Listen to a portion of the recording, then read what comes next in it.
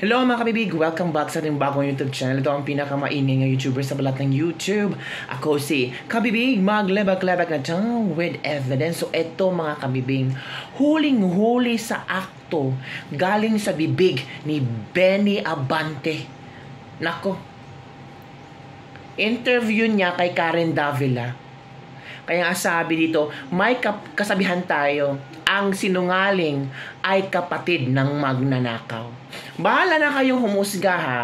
Makinig tayo sa interview ni Karen Davila kay Benny Abante. Grabe, sunog na sunog si Benny Abante.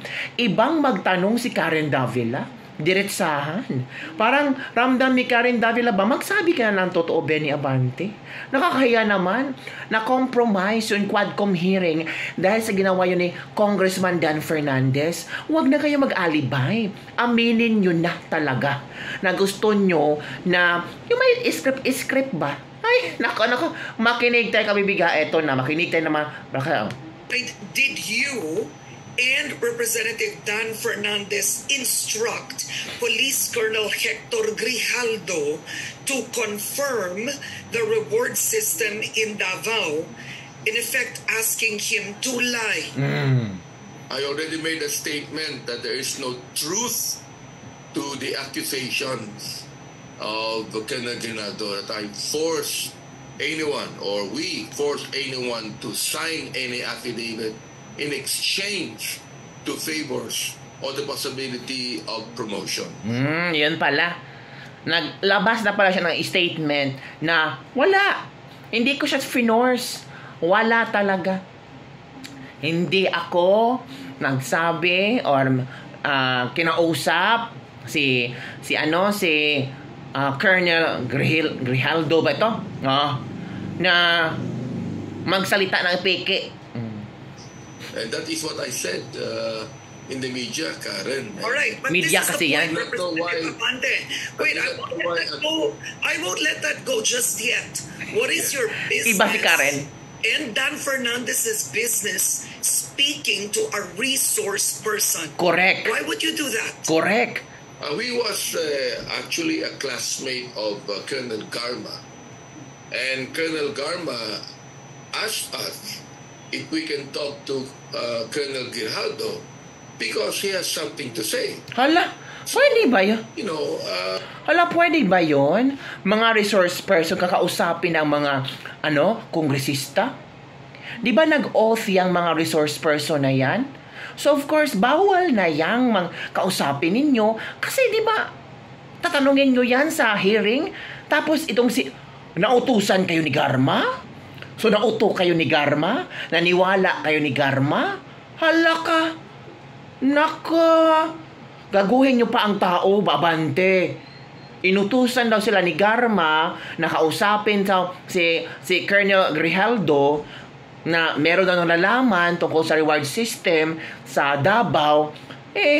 Iba yung estilo mo, Abante. Okay, let's proceed. Nagano naman kami, okay, we talked to him. But what you did was wrong. Correct. That immediately put color and bias into the resource persons. What is the business of two representatives speaking to a police colonel who is meant to be under oath, give his testimony? You should not have spoken with him. Galing ni Karen. Oo, ano bang business ninyo? Ang galing. Gusto ko si Karen ngayon. Talagang gusto niya bang lumitaw ang katotohanan? Oo nga, nasira ang Quadcom hearing. Marami na nga naniniwala na ang galing ng Quadcom ha. Ang galing nilang maghanap ng resource person. Ang galing nilang maghanap ng totoong istorya daw di umano. Pero sinira lang talaga ng dalawang epalitikong Benny Abante at Congressman Dan Fernandez. Sabi ni sabi ni Karen Davila, ang mga tao na yun, nabigyan ng kulay, ang Quadcom hearing nga, parang sinasabi ng mga tao na yun, scripted! Nako! No, he was not under oath in the Senate, yes. But when we talked to him, we were talking to him in response to what Colonel Garma said. But in the end, he was going to speak in the Quadcom. Correct. They are under oath in Correct. the Quadcom. Correct. Yes, true, yes. Yes, so why would you speak we never- No, the point is this, Representative. Go, Karen. Yes, Do you, in the lower house, do you all speak to your resource persons Oh. before they attend the hearing? Not necessarily, but in a way. Is that the practice in the lower house? Sometimes, kinakausap nila ang mga resource person. Kinakausap nila ang mga resource person bago isalang nila sa hearing. Pwede ba yun? Kasi kung kakausapin mo ang resource person, there's a possibility na talagang pwede mo siyang i-influence, pwede mo siyang kausapin na baguhin ang statement, pwede mo siyang bayaran, suhulan, para kung gusto kang merong idiin na tao, pwedeng magawa. Kasi resource person eh. 'Di ba? Pwede pala yun sa Kongreso. Sabi ni Dan Abante, sometimes not necessarily. So alam niyo ang mukha ni Candabila nag-iba. Kasi parang naloko tayo. We're wasting money. Tama nga si Pulong eh. Ilang milyones ba ang binayad dyan sa Quadcom? Sabi ni Pulong, pero joke lang. Sabi ni Pulong. Go! Is it the practice in the lower house that you speak? Sometimes, these resource persons would request us to talk to them privately. Wow, ang resource person pa ang nag-request daw na kausapin sila privately. Natural yung resource person, matatakot na yan, knowing na alam nila na ganito kayong magtanong sa kanila, na parang ginigisa sila, parang nililitson sila, sino pang resource person na kakausapin kayo? Kung ako ang resource person, tatahimik na lang ako, uupo na lang ako, hintay na akong tawagin, tapos mag-take oath ako. Wow! Ang resource person pa ang nag-request? Tapos sila, inutusan ni Garma na kausapin si Colonel kasi may alam daw. Wow! Congressman, inutusan ng resource person. Pwede pala yun? So may connection si Garma at si Abante at si Dan Fernandez. So closeness sila. May communication between them. So sa likod ng hearing na ito, may secret communication na sila. Kasi kung ako si Garma, ayoko ma-attach sa kanila kasi pwede akong pagdudahan. Kasi pwedeng ma-question yung testimony ko. Pero, coming from Abante, inutusan, or pinakausapan, ganun pa rin, whatever, inutusan, pinakausapan, kausapin, ganun pa rin eh. Ikaw, congressman, kung ako hindi, sorry Garma ha, that's not my work. Ang work ko dito ay maghanap ng katotohanan. Tapos ako, lalapitan mo para kausapin ko yung pulis na yan para mag-testimony. Hindi yan trabaho ko. Di ba kabibig? So we give them some time. So we could be able to talk to them privately. Wow! But the thing is this, forcing anyone to make an affidavit that will tell them, that will speak lies to them. We don't do that.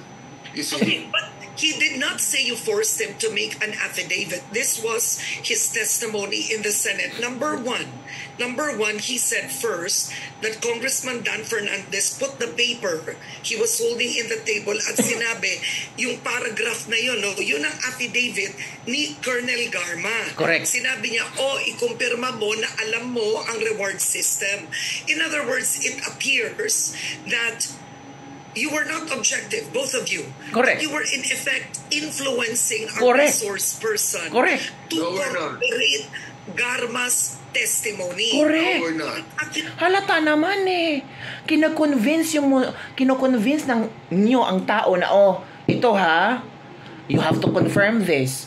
Kasi parang hindi mo na binigyang laya ang resource person para magsalita ng katotohanan. You are controlling the person.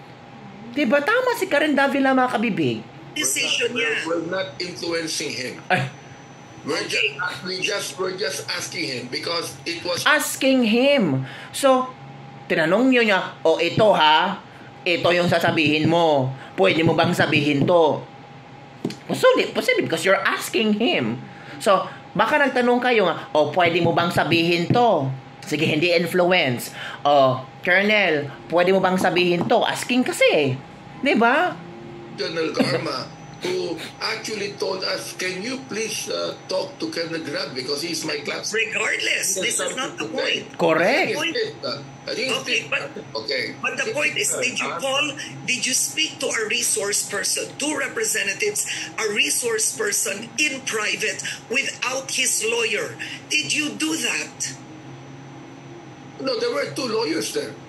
His lawyers. He could be able to call his lawyer too if he wanted to.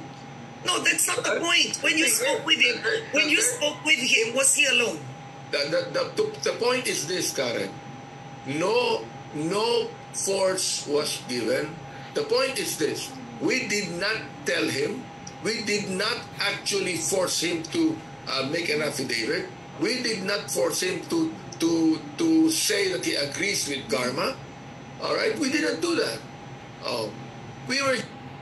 Pero bakit nyo siya kinausap? Di ba? Kasi pinakausapan kami ni Garma. Then, gaano ba ka-importante si Garma na sumusunod kayo sa utos niya? Di ba? Hayaan nyo na lang ang Quadcom or kayo ang mag-imbestiga sa hearing. Nag-gets yung kabibig? Di ba? Talagang liko-liko eh. Talagang huling-huli sa akto, huling-huli sa bibig eh. Pinakausapan kami ni Garma, nakausapin siya. Bakit baka... Sa hearing na lang yung gawin. Diba? Sa hearing, malaglag kung sino ang malaglag. Diba? Kung malaglag si Duterte, be it. Pero yung privately, kakausapin ang taong magdududa, privately na yan. Tapos may dalawang lawyer pa ni Garma. Tapos itong si Colonel, walang lawyer. No. Representative polite enough because they wanted to speak to us. We're just polite enough to be able to give them the room for them to say something. Okay. Another testimony he said in the Senate during that conversation, tinanong mo pa, ilang taon ka na lang sa serbisyo, baka pwede ka bang general? Was there a part of the conversation that went this way? There's a lie. The thing is, why would people tumawa si Karen a killer who would say those things? But why would they believe this was highly inappropriate? The point is, Representative Abante, is this: you and Representative Dan Fernandez put the results of the Quadcom in a compromising situation. Correct. It affected the credibility by Correct. speaking to a resource person Correct. privately. I don't think so. I mean, we will still pursue that. Grabe. I don't think so pa talaga. Grabe yung pag-analyze mo, Abante. Oy. Sino mang taong kausapin mo, Abante, sa ginawa niyo, privately talking to a resource person, sabihin talaga, ay scripted ang Quadcom. Bakit ginawa nila yun? Anong punto nila? Pinakausapan kasi sila ni Garma. Sino ba si Garma? Resource person din si Garma. Anong connection nila kay Garma? Gaano ba kalakas si Garma na pwede silang utusan na pakiusapan si Colonel? Diba? Magsanga-sanga ang pag-isip ng tao. Diba? Oo, na-compromise talaga, mga kabibig. And that is what we want to say. We want to pursue the truth on these things. And I don't think that people would just believe a killer telling lies. Killer na si Colonel. Well, don't believe that the previous government used killers to testify against former Senator Laila de Lima. That was believed. We're not talking about the previous committee hearings. We're talking about the hearing now. Okay, so my question is this.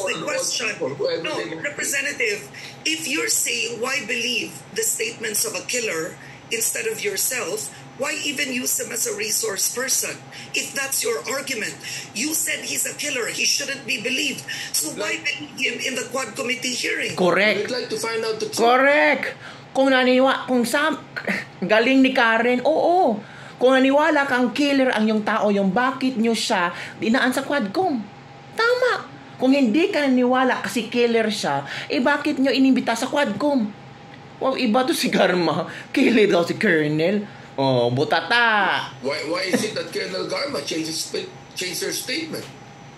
Why is it that Colonel Leonardo said that there is really a reward system? I mean, we would like to ferret out the truth. Okay? Now I just said, okay, why would anyone believe a killer? But in our Quadcom meeting, we invite everyone, we invite all the witnesses that would tell us the truth on this. Now, if they will not tell the truth, they will still lie. It's up to them. We are here to investigate. We are not here to lie. Pero kinausap niyo. Nako, kay Karen pala humingi ng press con si Pastor. Ito pa. Bakit nga kailangan nyong kausapin privately? Kahit sinabi ni Garma na kausapin nyo, you can ask him about his knowledge sa reward system na sinasabi nyo publicly during the meeting. Isa, sabi ni Jennifer Hidalgo. Ito pa sinabi, bakit mo nga kausapin privately? Ito pa, akala mo pa Dante mananalo ka sa sunod na eleksyon. Holy ka, atras abante. Ito pa.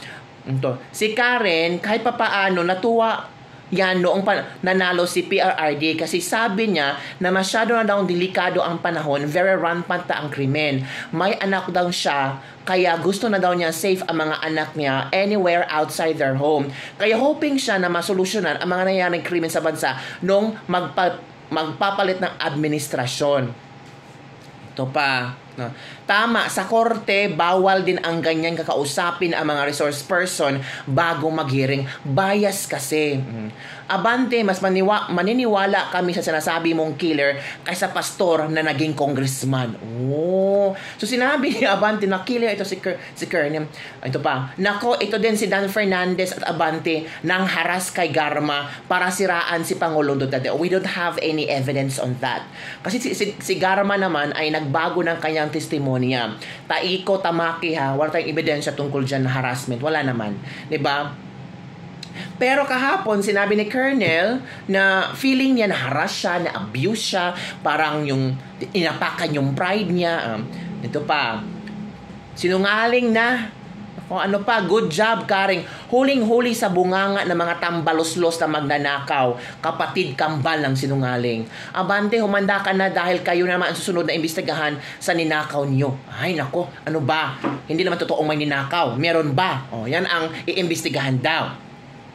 Nako, pag nabuking, hindi na gaano makaisip na magandang sagot. Iyon po ang mga komento ng ating mga netizen. Grabe mga netizen, ha?